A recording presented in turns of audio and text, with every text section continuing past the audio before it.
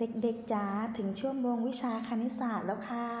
หยิบหนังสือพวขึ้นมาเตรียมไว้เลยค่ะ Hello สวัสดีค่ะเด็กๆสวัสดีค่ะ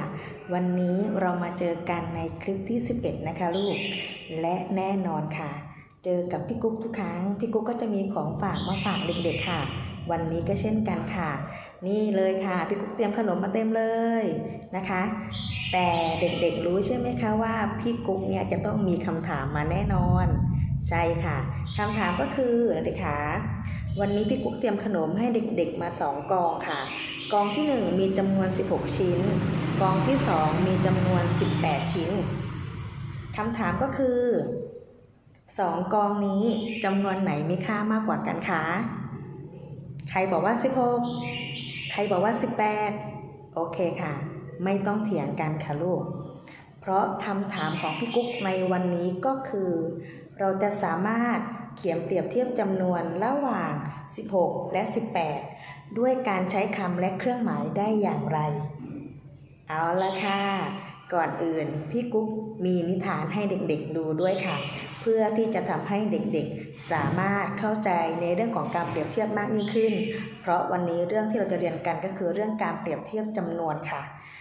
เมื่อเด็กๆเรียนเรื่องนี้แล้วเด็กๆก็จะสามารถเขียนเปรียบเทียบแสดงจำนวนโดยใช้คำและเครื่องหมายได้ค่ะเราไปชมนิทานกันเลยค่ะ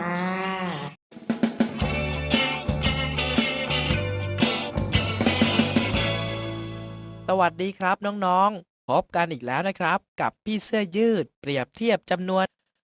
แน่นอนว่าเราเจอกันแบบนี้จะต้องมีความสนุกสนานเกี่ยวกับเรื่องตัวเลขรอเราอยู่มากมายนะครับไปดูกันว่าวันนี้มีอะไรสนุกให้เราทำกันบ้าง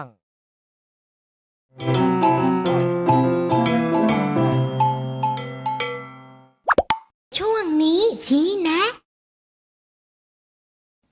น้องๆพอจะทราบกันมาแล้วใช่ไหมคะว่าในการเปรียบเทียบจำนวนสองจำนวนจะมีเครื่องหมายที่เป็นสัญลักษณ์แทนค่าที่ได้จากการเปรียบเทียบจำนวนสองจำนวนเหล่านี้ได้แก่เท่ากับไม่เท่ากับมากกว่าและน้อยกว่าค่ะ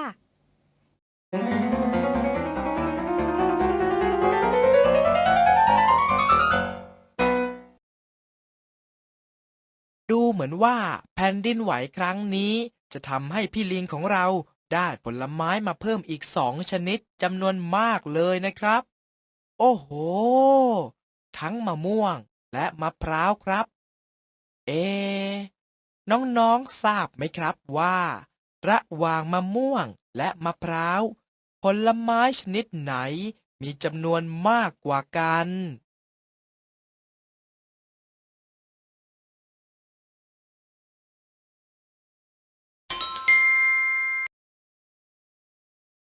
การเปรียบเทียบจำนวน2 จำนวนที่มี2 หลักขึ้นไปหากเราใช้วิธีการจับคู่จำนวน2 จำนวนเหมือนที่เราเคยเรียนรู้กันมาอาจทำให้ต้องใช้เวลานานเพราะเป็นจำนวนที่มากขึ้นดังนั้นเราจึงต้องหาวิธีที่ทำให้การเปรียบเทียบจำนวน2 จำนวนนั้นง่ายขึ้นแบบนี้ครับมะม่วง12 ผลและมะพร้าว14 ผลเป็นจำนวนที่มากกว่า10ใช่ไหมครับดังนั้นเพื่อให้การเปรียบเทียบจำนวนของเราดูง่ายขึ้นเราจะทำการแยกจำนวนที่ครบ10ของทั้ง2 จำนวนก่อนโดยการเขียนในรูปกระจายอย่างที่เราเคยเรียนกันมาแล้วครับเริ่มจากมะม่วง12 ผลเขียนในรูปกระจายได้เป็น10 บวก 2ครับและมะพร้าว14 ผลเขียนในรูปกระจายได้เป็น10 บวก 4ครับน้องๆจะเห็นว่าผลไม้ทั้งสองมีจำนวนรูปที่ครบ10เท่ากันแต่มีจำนวนรูปที่ไม่ครบ10ไม่เท่ากันนะครับและจำนวนรูปที่ไม่ครบ10นี่แหละครับที่เราจะนำมาเปรียบเทียบกันเพื่อดูว่าจำนวนไหนคือจำนวนที่มากกว่าหรือน้อยกว่ากันครับ เมื่อเราพิจารณาจากจำนวนไม่ครบ10ของ12และ14แล้วจะเห็นว่าจำนวนไม่ครบ10ของ12คือ2และจำนวนไม่ครบ10ของ14คือ4ดังนั้นจะเห็นได้ว่า2นั้นเป็นจำนวนที่น้อยกว่า4จึงสรุปได้ว่า12น้อยกว่า14หรือ14มากกว่า12นั่นเองครับหรือมะม่วงมีจำนวนน้อยกว่ามะพร้าวหรือมะพร้าวมีจำนวนมากกว่ามะม่วงนั่นเองครับ พี่อยากกระซิบเทคนิคการใช้เครื่องหมายมากกว่า น้อยกว่าอย่างง่ายๆ เพราะบางครั้งน้องๆอาจสับสนได้นะคะ น้องๆเพียงแค่จำง่ายๆว่า ส่วนกว้างของเครื่องหมาย จะหันไปทางด้านตัวเลขที่มีค่ามากกว่าเสมอ เช่น 9 มากกว่า 6 หรือ 6 น้อยกว่า 9 เห็นไหมคะ ว่าด้านกว้างจะอยู่ตรงเลข 9 เพราะ 9 มากกว่า 6 นั่นเองค่ะ ง่ายนิดเดียวใช่ไหมเอ่ย เป็นยังไงบ้างคะเด็กๆ ดูนิทานแล้วเรามีความเข้าใจในเรื่องของการเปรียบเทียบมากยิ่งขึ้นใช่ไหมคะ เอาละค่ะ งั้นเรามาช่วยกันสรุปอีกนิดนึงนะคะ จากที่เราดูนิทานไปเมื่อตะกี้ว่าพี่เสื้อยืดได้บอกเราว่า เครื่องหมายที่ใช้ในการเปรียบเทียบมีกี่แบบคะ ถูกต้องค่ะ มี4แบบก็คือเครื่องหมายเท่ากับ เครื่องหมายไม่เท่ากับ เครื่องหมายมากกว่า และเครื่องหมายน้อยกว่านะคะ และพี่เสื้อยืดได้บอกกับเราว่า เทคนิคในการเขียนเครื่องหมายเนี่ยปากกว้างๆจะหันไปทางเลขที่มีค่ามากเสมอใช่ไหมคะ โอเคค่ะเด็กๆเยี่ยมมากเลย ส่วนในเรื่องของการเปรียบเทียบจำนวน10 ถึง 20 นั้นพี่เสื้อยืดก็ได้บอกเทคนิคกับเราเอาไว้ใช่ไหมคะว่า วิธีการเปรียบเทียบจำนวนให้เราจัดกลุ่ม10ก่อนแล้วนำจำนวนที่ไม่ครบ10มาเปรียบเทียบกันอย่างขนมของพี่กุ๊กค่ะขนมของพี่กุ๊กมี2กองที่1มี16ชิ้นกองที่2มี18ชิ้นพี่กุ๊กนำมาจัดกลุ่ม10กองที่1มี16ชิ้นเมื่อนำมาจัดกลุ่ม10ปุ๊บ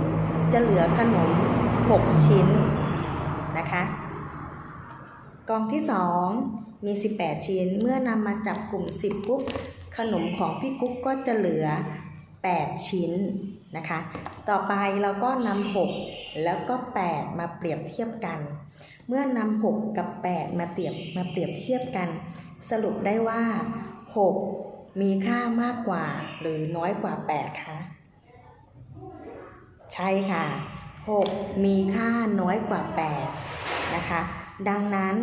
เราจึงสามารถเขียนแทนการเปรียบเทียบแสดงจำนวนด้วยเครื่องหมายได้รูปแบบดังนี้ค่ะ16 เท่ากับ16 16ไม่เท่ากับ18 16น้อยกว่า18และ18มากกว่า16นั่นเองค่ะไม่ยากเลยใช่ไหมคะง่ายนิดเดียวเองเอาละค่ะในเมื่อง่ายนิดเดียวเองงั้นเราไปเปิดแบบฝึกหัดของวันนี้กันค่ะและแบบฝึกหัดของเราวันนี้ก็คือหน้าที่125ค่ะเด็กๆเปิดสิคะลูกโอเคเป็นยังไงคะลูกว้าวเปิดมาปุ๊บก็จะเจอกับขบวนรถแข่งเลยใช่ไหมคะเรามาดูแบบฝึกหัดของเราค่ะลูกแบบฝึกหัดของเราแบ่งออกเป็น2ส่วนค่ะส่วนที่1ตอนที่1จะมี6ข้อตอนที่2ก็จะมี10ข้อค่ะและในแต่ละตอนนั้นคำสั่งก็คือให้เด็กๆทำอะไรคะอ่านเลยค่ะลูกใช่ค่ะเข้าให้เด็กๆเปรียบเทียบจำนวนโดยใช้เครื่องหมายมากกว่าน้อยกว่าหรือเท่ากับค่ะเด็กๆอย่าลืมนะคะพี่เสื้อยืดได้ฝากเทคนิคเอาไว้แล้วใช่ไหมคะว่าส่วนกว้างของเครื่องหมายจะหันไปทางเลขที่มีค่ามากเสมอค่ะเอาละค่ะ เรามาดูแบบฝึกหัดข้อที่ 1 กันค่ะ ข้อที่ 1 เป็นการเปรียบเทียบระหว่าง 17 กับ 19 เมื่อเรานำมาจัดกลุ่ม 10 ก็จะได้ว่าจำนวนของ 17 จำนวนที่ไม่ครบ 10 ก็คือ 7 จำนวนของ 19 จำนวนที่ไม่ครบ 10 ก็คือ 9 ลำดับต่อไปเราก็นำ 7 และ 9 มาเปรียบเทียบกันค่ะ ก็จะได้ว่า 7 น้อยกว่า 9 และจากประโยคที่บอกว่า 7 น้อยกว่า 9 เราก็สามารถเขียนแทนด้วยเครื่องหมายเปรียบเทียบจำนวนได้อย่างนี้ค่ะ และ 17 น้อยกว่า 19 สามารถเขียนแทนด้วยเครื่องหมายได้แบบนี้ค่ะ เด็กๆเห็นไหมคะ ว่าส่วนกว้างของเครื่องหมายจะหันไปทางเลขที่มีค่ามากเสมอค่ะ ต่อไปเด็กๆไปดูแบบฝึกหัดข้อ 3 ค่ะลูก ข้อ 3 เป็นการเปรียบเทียบจำนวนระหว่าง 18 กับ 10 บวก 8 เด็กๆคะ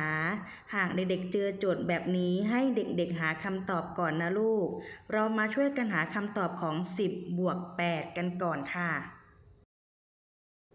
ว้าว ใช่ค่ะ 10 บวก 8 เท่ากับ 18 เด็กๆเห็นไหมคะ เมื่อเราหาคำตอบปุ๊บ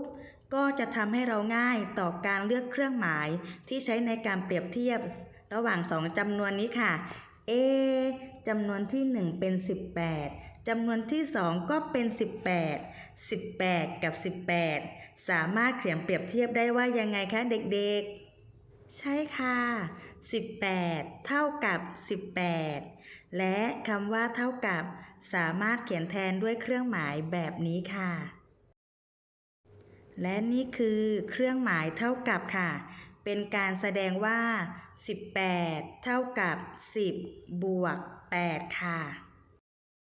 ว้าว เจอแบบฝึกหัดแล้ว ไหวไหมเอ่ย ไหวไหมคะฮีโร่ของพี่กุ๊ก ไหวใช่ไหมคะ จิ๊บหน้าเดียวเอง แต่ที่สำคัญต้องทำด้วยตัวเองนะคะ ใครทำถูกแล้วก็เปิดเทอมมารับขนมจากพี่กุ๊กได้เลยค่ะเอาแบบฝึกหัดให้พี่กุ๊กดูนะคะ มารับขนมจากพี่กุ๊กได้เลยค่ะเอาละค่ะเด็กๆค่ะก่อนจากกันไปวันนี้เหมือนเดิมค่ะเราก็จะมีของมาฝากกันนั่นก็คือการฝากให้เด็กๆเป็นเด็กดีค่ะเราจะมาสะสมความดีกันนะคะลูกอันดับแรกเลยค่ะแค่การพูดจาไพเราะมีหางเสียงผู้หญิงพูดค่ะผู้ชายพูดครับต่อท้ายลงท้ายทุกครั้งที่เราพูดเพียงแค่นี้เราก็เป็นเด็กที่น่ารักของคุณพ่อคุณแม่และคนอื่นๆที่พบเจอเราแล้วค่ะอีกอย่างหนึ่งนะคะลูกเป็นการสร้างเสน่ห์กับเรานั่นก็คือมารยาทในเรื่องของการไหว้เมื่อเราเจอผู้ใหญ่เราจะต้องกล่าวคำทักทายพร้อมกับยกมือไหว้สวัสดีทุกครั้งโดยที่ไม่ต้องให้คุณพ่อคุณแม่บอกนะคะรู้จักพูดคำว่าสวัสดีรู้จักพูดคำว่าขอบคุณและรู้จักพูดคำว่าขอโทษนะครับลูก3อย่างนี้ค่ะจะเป็นเสน่ห์ให้กับเด็กๆเอาละค่ะวันนี้พี่กุ๊กขอจบคลิปเพียงแค่นี้นะคะแล้วเรามาเจอกันใหม่ค่ะ